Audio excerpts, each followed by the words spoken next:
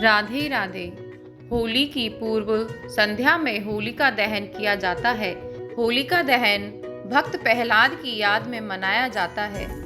आओ जानते हैं भक्त प्रहलाद की कथा। एक बार असुर राज हिरण्यकश्यप विजय प्राप्ति के लिए तपस्या में लीन था।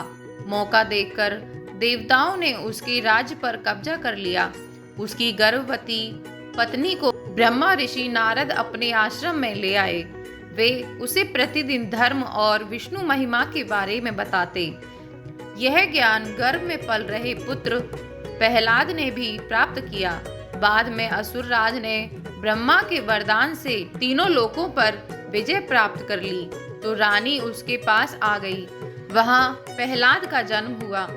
बाल्यावस्था में पहुंचकर प्रहलाद ने विष्णु भक्ति शुरू कर दी।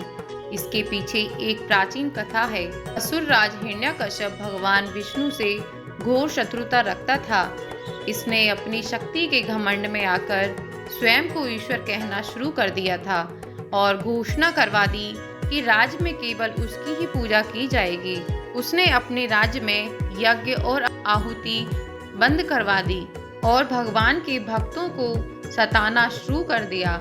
हिरण्यकश्यप का पुत्र प्रहलाद भगवान विष्णु का परम भक्त था। पिता के लाख कहने के बावजूद प्रहलाद विष्णु की भक्ति करता रहा। इससे क्रोधित होकर हिरण्यकश्यप ने अपने गुरु को बुलाकर कहा कि ऐसा कुछ करो कि यह विष्णु का नाम रटना बंद कर दे। गुरु ने बहुत कोशिश की किंतु वे असफल रहे। तब असुर राज ने अपने पुत्र की हत्या का आदेश दे दिया। उस पर तलवारों से प्रहार किया गया, विषधरों के सामने छोड़ा गया, हाथियों के पैरों तले कुचलवाना चाहा, पर्वत से नीचे फेंकवाया, लेकिन ईश्वर कृपा से प्रहलाद का बाल भी बांका नहीं हुआ। तब हिरण्यकश्यप ने अपनी बहन होलिका को बुलवाकर कहा कि तुम प्रहलाद को लेकर अग्नि में बैठ जाओ जिससे वह जलकर भस्म हो जाए। होलिका को वरदान था कि उसे अग्नि जला नहीं सकती। असुर राजा की बहन होलिका को भगवान शंकर से ऐसी चादर मिली थी जिसे ओढ़ने पर अग्नि उसे जला नहीं सकती थी।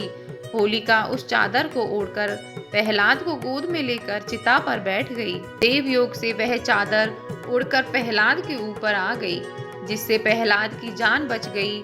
और उसका अहित करने के प्रयास से होलिका तो स्वयं जलकर भस्म हो गई और प्रहलाद हंसते हुए अग्नि से बाहर आ गया। इसलिए भगवान द्वारा भक्त की रक्षा का जश्न मनाया जाता है।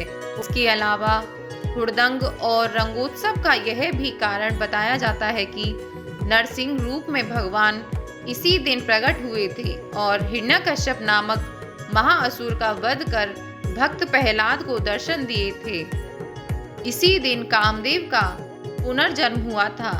इन होली के दिन से नए संवत की शुरुआत होती है। चैत्र कृष्ण प्रतिपदा के दिन धरती पर प्रथम मानव मनु का जन्म हुआ था जिसमें अध्यात्म का अनोखा रूप झलकता है। इस त्योहार को रंग और गुलाल के साथ मनाने की परंपरा है। इस त्योहार के साथ कई पौराणिक कथाएं एवं मान्यताएं जुड़ी हुई हैं। इन सभी खुशियों को व्यक्त करने के लिए रंगोत्सव मनाया जाता है। जय जय श्री राधे।